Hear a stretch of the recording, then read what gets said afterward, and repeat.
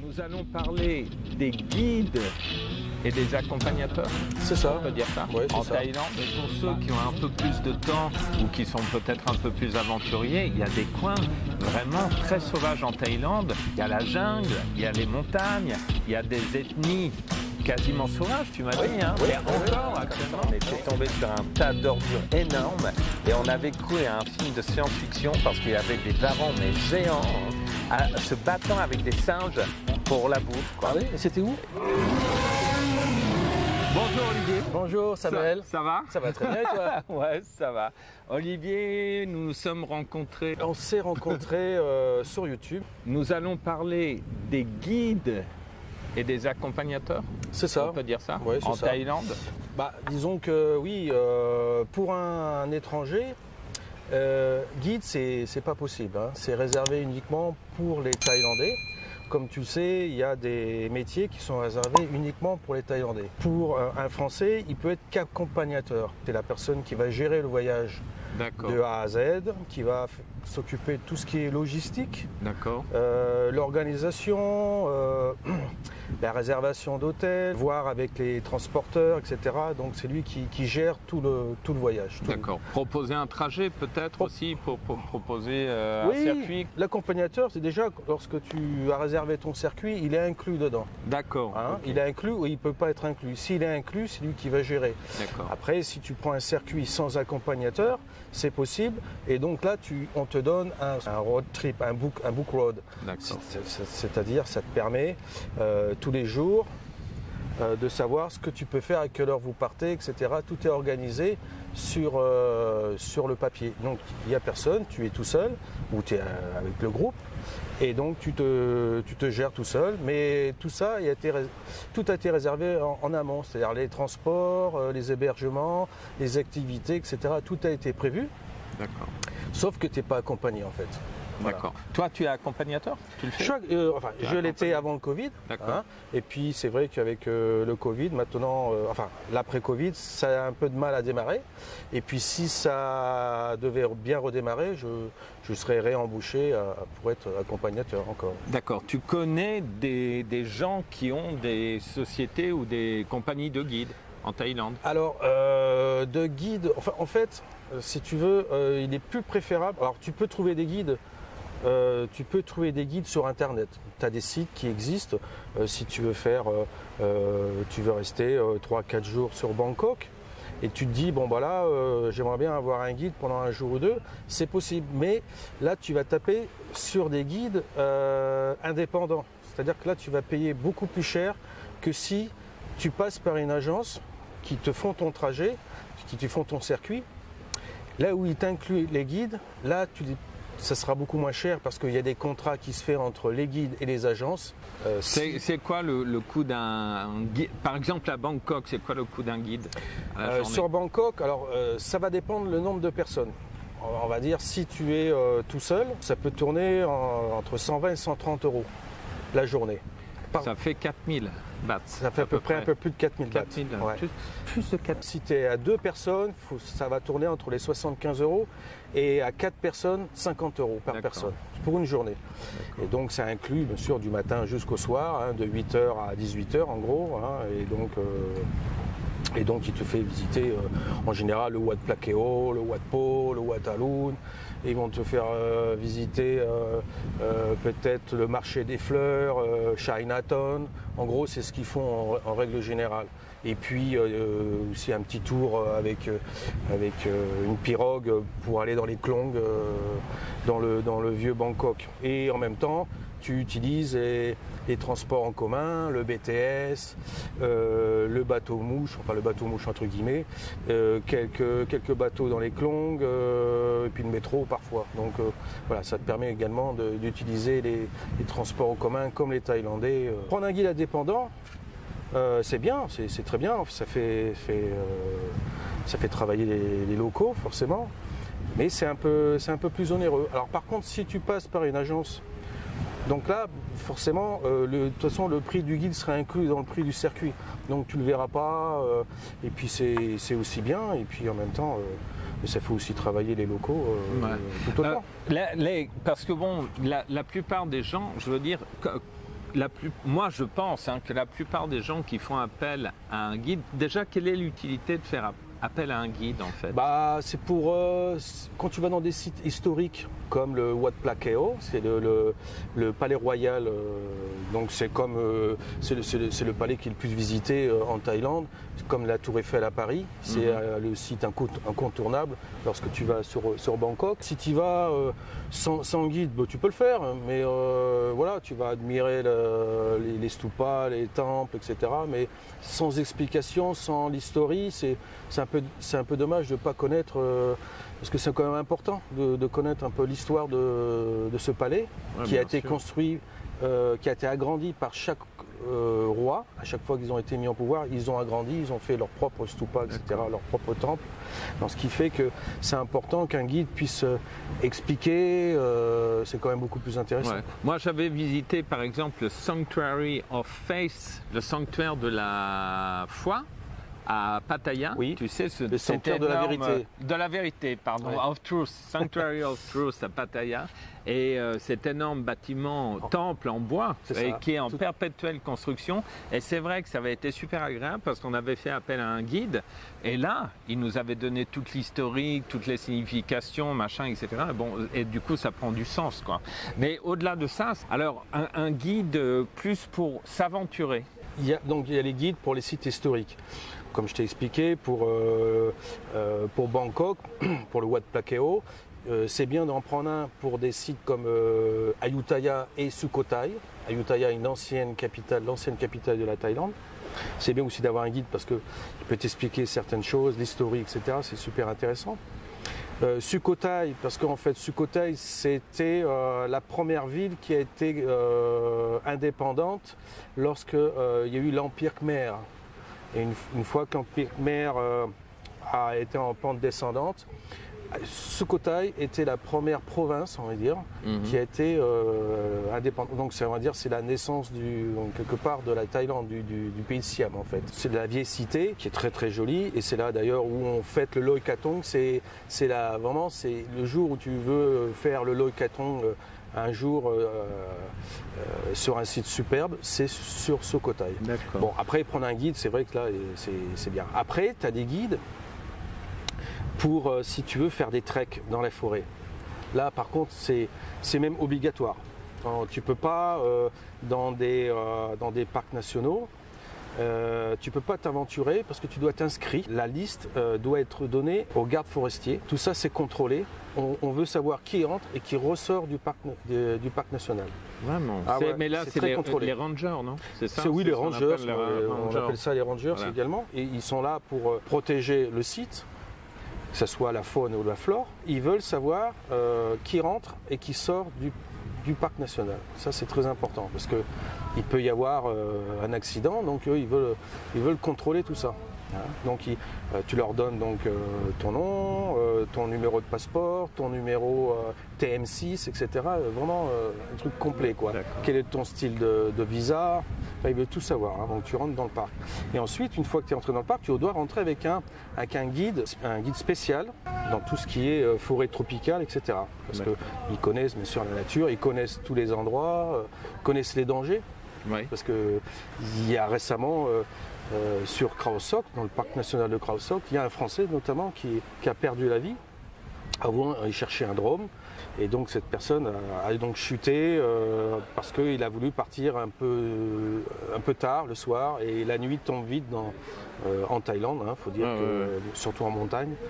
Et si tu n'es pas accompagné d'un guide qui eux connaissent vraiment parce qu'il ne faut pas se perdre non plus, hein. Des fois on passe dans des petits chemins, c'est des chemins, des petits sentiers, des fois ça peut être des grands sentiers et des petits. Il faut être bien préparé, hein, aussi, il faut avoir des bonnes chaussures, il ne faut pas trop s'alourdir, parce que si tu prends un gros sac à dos de 10 kg par exemple, et que tu vas faire, nous par exemple lorsqu'on faisait des treks sur Chiang Mai, Chiang Rai, on faisait 25 km en 2 jours. C'est beaucoup quand même. C'est beaucoup, surtout dans des terrains pas de la route, quoi. C'est pas de la route, il y a pas mal de dénivelé. On va dire, on part, en fait c'est sur 3 jours. Hein. On part un après-midi, donc on fait une marche l'après-midi. Le soir même, on dort chez l'habitant, chez les Karen. Le lendemain, on fait une marche toute la journée. On fait à peu près la première journée 5 km, la deuxième journée 17 km et la troisième, le matin, on fait 3-4 km. Et donc on va dormir chez l'habitant. Donc le premier soir c'est chez les Karen et le deuxième soir chez les Hakka. Donc il y a plusieurs minorités qui vivent en Thaïlande, dans les montagnes, surtout dans le côté Myanmar, le Laos. Ça c'est nord-ouest. Tu m'expliquais qu'en Thaïlande, en fait, nous, il y a beaucoup de gens, malheureusement, où c'est par choix, hein, parce que c'est vrai que quand on vient une semaine, 10 jours, 15 jours, voire même 3 semaines, mais bon, 10-15 jours, il y a des gens qui ont juste envie de super décompresser et ils filent dans un hôtel 5 étoiles et leur truc, c'est les massages, les spas, la piscine, la plage et puis ça s'arrête là. Mais pour ceux qui ont un peu plus de temps ou qui sont peut-être un peu plus aventuriers, il y a des coins vraiment très sauvages en Thaïlande. Il y a la jungle, il y a les montagnes, il y a des ethnies quasiment sauvage, tu m'as dit, hein, mais encore actuellement. Alors, et c'est pas du folklore en plus. C'est pas du folklore. Alors après, les Karen, les Hakka, les Hmong, etc., il y en a à peu près une dizaine dans le nord de minorités, hein, plus ou moins grandes. Et donc même les femmes girafes, ça fait partie des Karen aussi. Ça, ces populations viennent en général de Chine, hein, de Yuan, comme je t'expliquais. Et puis dans le sud, alors on est pratiquement les seuls à le faire, enfin l'agence avec qui j'ai travaillé. On va donc pareil, accompagné d'un guide local plus un guide spécialisé qui est en permanence en contact avec cette population qui viennent de Sumatra. C'est des gens, ils sont un peu, si tu veux, au niveau morphologie, et ils me font penser à les aborigènes d'Australie, mais en beaucoup plus fin. D'accord. Le corps beaucoup plus fin. Sumatra, c'est le sud, c'est le nord-ouest de l'Indonésie. Ça fait quand même un bail qui sont arrivés. Ils sont à peu près 2000 dans le sud, hein, mais ils ne sont pas 2000 dans le même village. Hein. C'est des petits villages d'une 50, 60 personnes hein, qui sont éparpillés un peu dans la forêt. Et il faut savoir que ces gens-là vivent que de chasse et de pêche. Il faut savoir qu'il y a une quinzaine, vingtaine d'années, ils n'avaient pas de vêtements. Ces gens-là, à un moment donné, ils sortaient de leur village, tu vois. Ils allaient dans les villages, ils sortaient de leur forêt, ils allaient dans les villages thaïlandais. Alors t'imagines, les Thaïlandais qui sont très pudiques. La surprise. Voilà, ils arrivent. Donc en fait, le gouvernement, à un moment donné, leur a demandé de mettre des slips et un pantalon. Enfin, on a du mal à imaginer qu'en Thaïlande, il y a encore des populations vraiment retirées du monde. Quoi. Ouais. C'est plus possible. Oui, c'est toujours possible. Bah, alors, en fait, ils sont retirés. Il faut voir comment ils habitent. Hein. Ce sont des petites cabanes en bois sur pilotis, sur 1 mètre de haut. Hein, et à l'intérieur, tu as un foyer de feu qui est à même le plancher, avec de la chaume. Ils vivent sur 3-4 mètres carrés, quoi. Mais ça, tu sais, je voulais te poser une question parce que pour moi, l'utilité d'un guide, ça peut être vraiment ça. Parce que tu sais, parfois, tu arrives dans un endroit, même une ville par moment, hein, une ville, un lieu, voire même Banpé, et tu peux passer dans une rue et te dire mais il n'y a rien dans ce village, il n'y a rien dans ce pays, il n'y a rien. Et en fait, c'est juste la rue d'à côté qui se situe à 20 mètres, à 50 mètres, où il y a un truc magnifique, où il y a quelque chose d'exceptionnel. Et là, du coup, le guide vraiment est là vraiment nécessaire. Quoi. Oui, le guide ou l'accompagnateur, parce que l'accompagnateur, il connaît son circuit. Oui, bien sûr. Hein, bon, il est accompagné du guide, parce que c'est très important. Hein, parce que je dis guide accompagnateur d'une personne qui connaît la région. Voilà, c'est ça. Voilà. Après, moi, je chipote un peu, mais c'est vrai que, oui, il faut être... parce que si tu viens comme ça, avec ton sac à dos et que tu n'as rien prévu, bon, tu vas découvrir des belles plages, il n'y a pas de souci. Tu vas voir des belles villes, des temples, des sites historiques. Mais après, si tu veux aller un petit peu... Si tu veux plus approfondir ce que vraiment est le pays... comment vivent vraiment les gens, où vraiment il y a des choses comme les ethnies comme ça qui qu'on ne sait pas en fait, mais qu'on apprend lorsqu'on fait des circuits organisés par certaines agences. Alors moi j'ai une petite anecdote, il y a 15 ans, mais alors peut-être que ça a changé depuis, j'étais venu ici avec une ex-petite amie, on était allé à Chiang Mai et on avait loué une motocross, tu sais, mais une bonne motocross, hein, peut-être 125, 250, et on était parti à l'aventure et on s'était paumé en pleine montagne. Et on était arrivé, à un endroit où on ne pouvait plus repartir, parce qu'on s'était embourbé, etc. Et on était arrivé dans un village et ils n'avaient jamais vu d'étrangers de leur vie. Ah oui. Et ils nous avaient accueillis le matin, les enfants avaient chanté pour nous, ils nous avaient accueillis, ils nous avaient fait dormir. Alors on avait réussi à les comprendre et leur dire qu'en fait il y avait un pick-up qui venaient peut-être tous les 15 jours ou toutes les semaines les alimenter en nourriture, mais eux, ils ne sortaient jamais de leur village, quoi. Et alors après, on a été obligés à parce que c'était vraiment, tu vois, les routes, c'était même pas des routes, c'était comme ça, quoi. Pousser la moto sur des ornières, et on a réussi à s'échapper.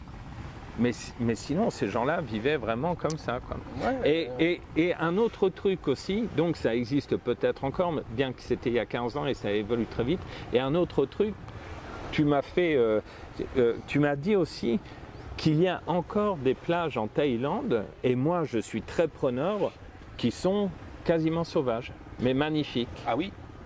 Et très peu connues en fait. C'est des plages très peu connues. Il y a notamment des îles privées. Et les îles privées, alors ça, il faut vraiment connaître. C'est des îles qui sont des îles privées, des propriétaires thaïs, enfin qui louent, hein, ils ne peuvent pas l'acheter. Et ensuite, ils ont monté un resort dessus, avec une plage privée, restaurant privé, etc. Mais par contre, c'est pas ouvert tout le temps.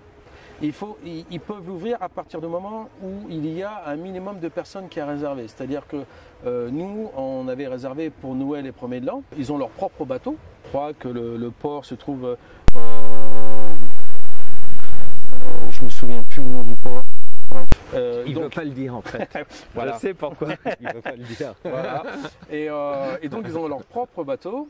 Et donc c'est un package, c'est 3 jours, 2 nuits, ça coûte entre 10 et 15 000 bahts par personne. 2 nuits, 3 jours? Oui. Mais tout inclus? Resto, etc. Tout inclus. Hein, tout inclus. Wow, tu as le bateau, tu as la pension complète, tu as quelques activités, tu as du snorkeling. Alors tu as une journée de snorkeling si tu veux, ou tu ne peux pas le faire, c'est comme tu veux. Toi tu restes sur la plage elle est privée, l'eau est turquoise, tu es dans les Maldives, c'est magnifique. Tu as des expositions, des canoës transparents. Où tu peux donc aller où tu veux et en même temps tu vois le fond marin. Il y a un bon spot pour le sunset et donc pour faire des photos, parce que les Thaïlandais ils adorent faire des photos bien sûr. Et donc c'est moi quand j'y suis allé avec ma femme, j'étais le seul étranger. Ah ouais, que des Thaïs. Que des Thaïs. Que des Thaïs. Ouais. C'est vraiment des îles qui sont vraiment privilégiées. Alors, c'est peut-être pas ça, mais on entend rarement quand même des gens qui se font les 6000 Islands. Alors, en plongée. Moi, ça a été mon rêve. Hein. Les 7 jours sur le bateau. Je suis allé cette année. Ouais. Ah ouais. Je suis allé cette année.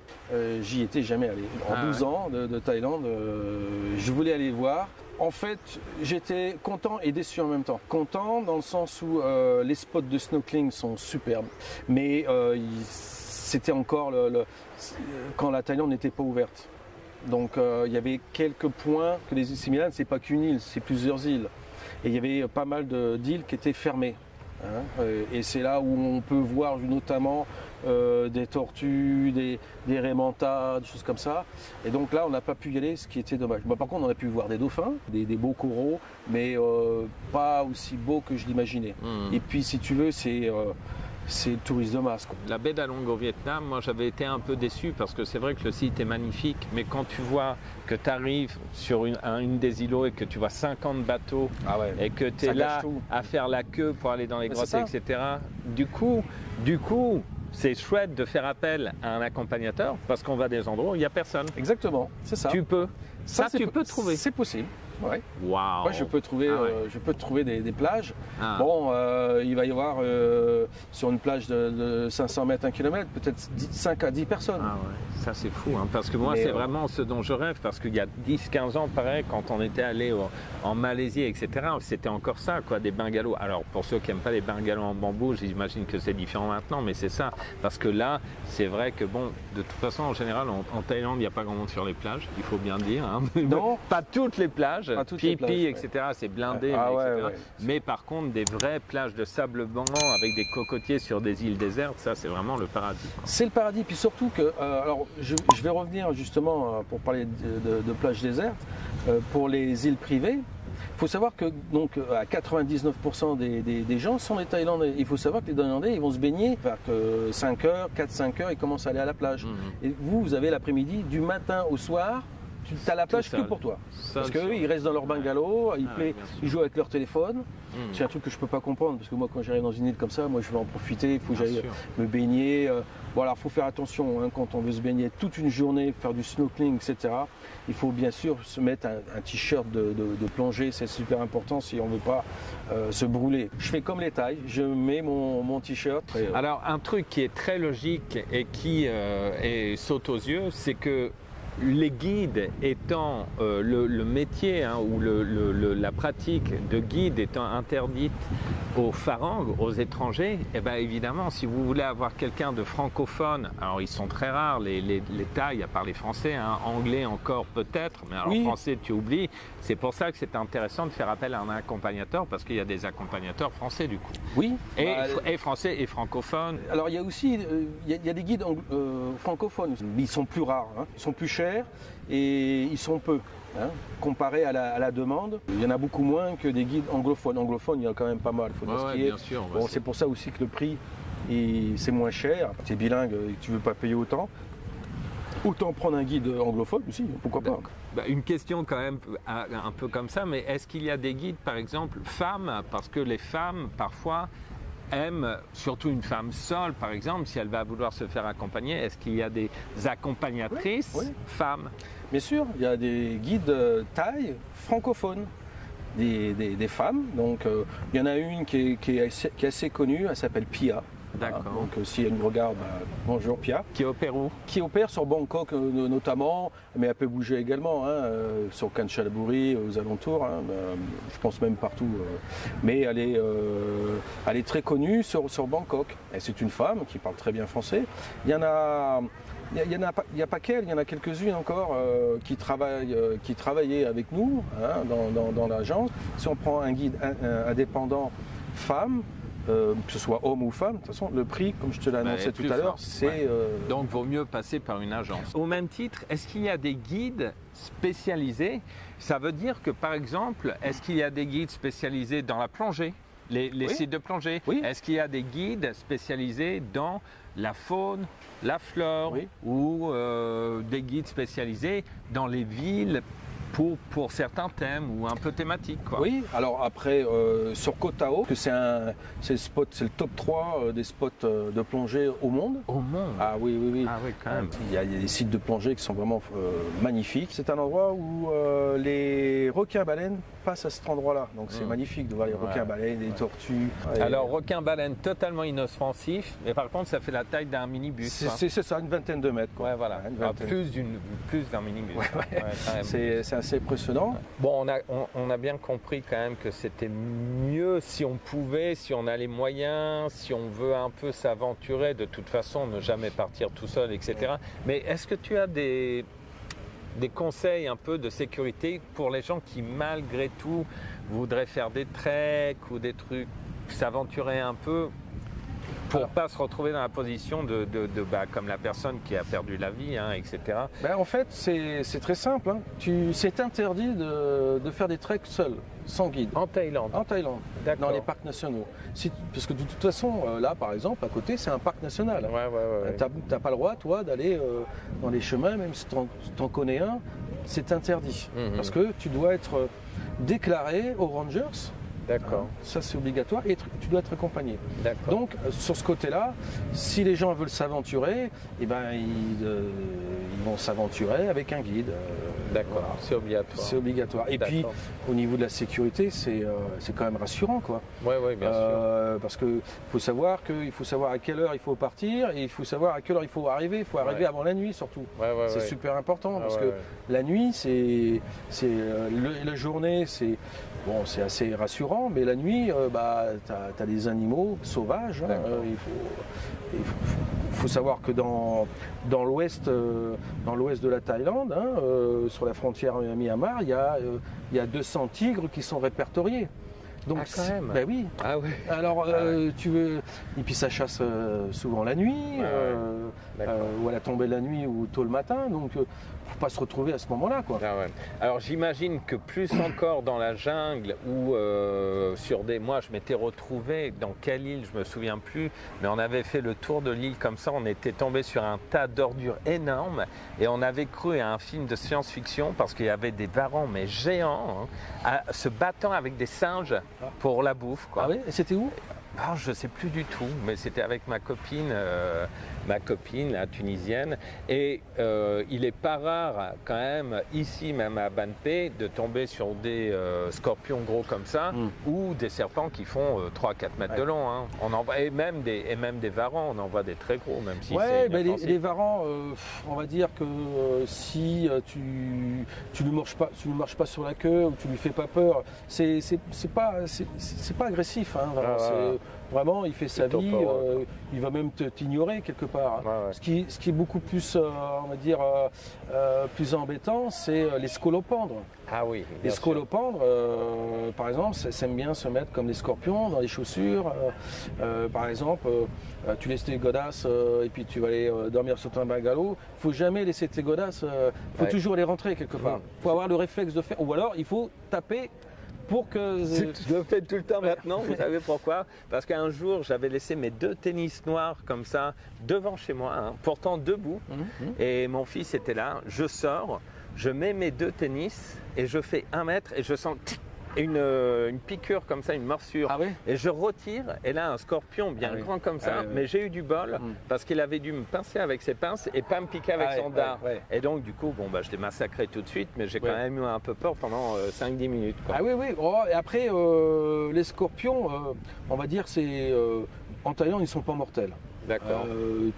Si te pique le pied ou la main, tu vas être endolori si tu veux. Mais ce ne sera pas mortel, sauf si vraiment tu as des problèmes cardiaques. C'est comme pour le scolopendre. Tu as des gens qui meurent d'une morsure de scolopendre. C'est vrai. Oui, ceux qui ont des problèmes de santé notamment, parce que ça affecte beaucoup. Et il suffit, après tu fais une septicémie en gros. Quoi. Je voudrais parler d'une agence. L'agence avec qui j'ai travaillé pendant pas mal d'années, avant Covid. Donc cette agence s'appelle All Point East. All Point East, c'est-à-dire tous les points de l'Est en anglais. De toute façon, je vous mets toutes les coordonnées dans la description et vous voyez là, ça s'affiche. Donc c'est une agence sérieuse. Les propriétaires de l'agence vivent en Thaïlande. C'est Marc et Oui, donc ce sont eux les propriétaires. Et il y a Pascal qui lui s'occupe de tout ce qui est la partie francophone. Alors, parce qu'il faut savoir que Marc et Oui, il s'occupe toute la partie anglophone, mais il s'occupe pas également que de la Thaïlande, il s'occupe Myanmar, Thaïlande, Laos, Vietnam, Malaisie, Sri Lanka. Et il n'y a que cette cellule sur Kanchanaburi où Pascal occupe, donc il est responsable de la partie francophone en Thaïlande. Vous pouvez aller voir sur le site, il y a des circuits qui sont vraiment sympas. Et puis, il y a également des circuits qu'on peut faire, des circuits à la lettre. C'est-à-dire que si la personne souhaite faire ci, cela, faire une journée découverte, une semaine île, plutôt que le nord, le sud, etc., on peut faire exactement tout ce qu'ils veulent. Si ce sont des groupes sportifs, parce que maintenant, il y a beaucoup de gens qui aiment faire du sport en voyage. Ça, c'est possible aussi à faire du rafting, du vélo, de l'escalade, du trek. Il y a aussi les circuits famille, parce qu'il faut penser aussi pas à ceux qui sont là avec leur sac à dos. Il y a aussi la famille, les enfants, Donc tout ça, il y a des circuits qui sont faits aussi pour la famille. D'accord. Donc on ne pense pas qu'aux adultes, mais on pense aussi aux enfants, les activités, etc. Et donc ils peuvent tout faire.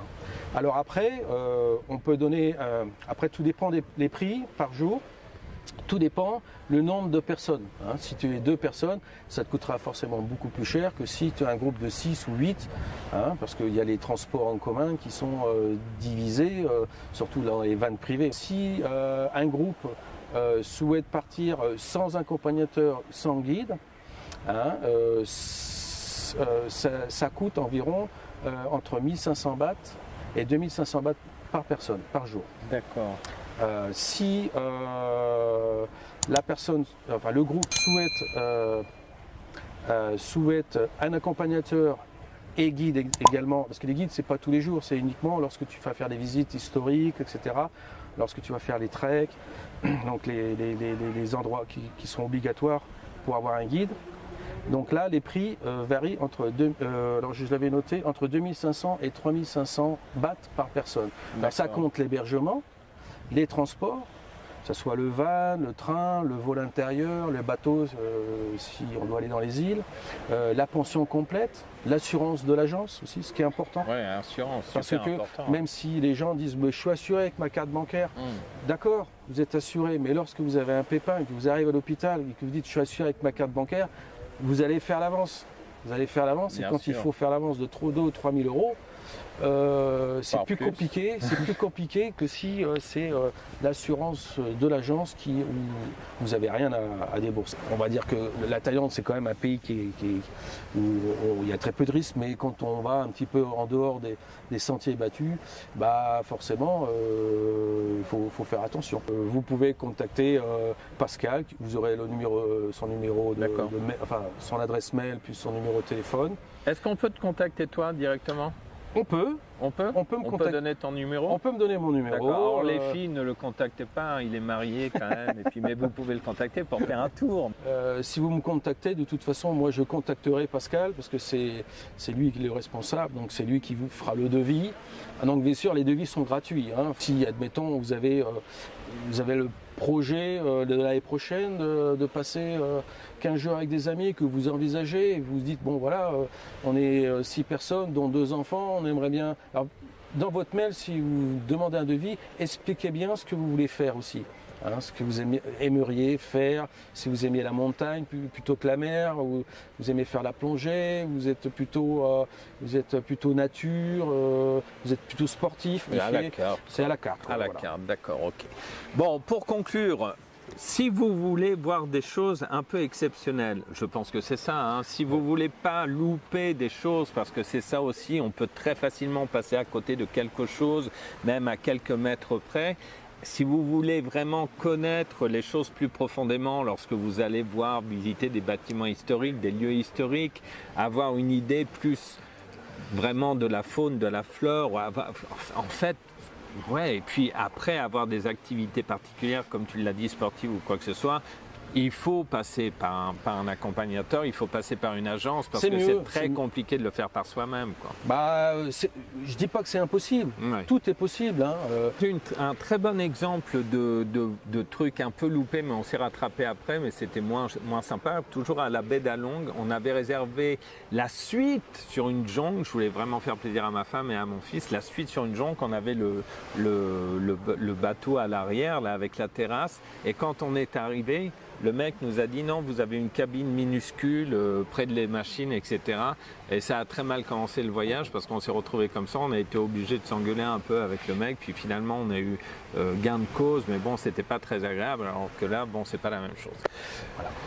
Vous avez certainement préparé vos questions, vos pop-corn, vos bières et le cochonaille de Lolo pour le live qui va suivre juste après la vidéo.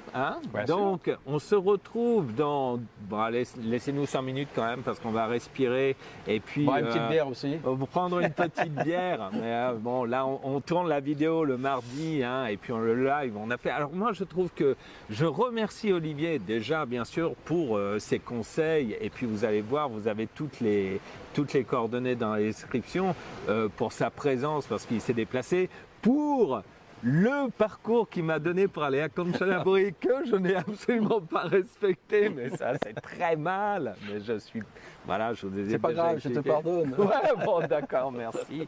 Voilà, merci beaucoup Olivier. Je t'en prie. Mais de toute façon, on se retrouve tout de suite. N'éteignez pas votre ordinateur ou votre téléphone. Et merci à tous si vous regardez la vidéo sans voir le live. À bientôt. À bientôt. À et à tout de suite. À tout de suite. Ciao. Bye bye.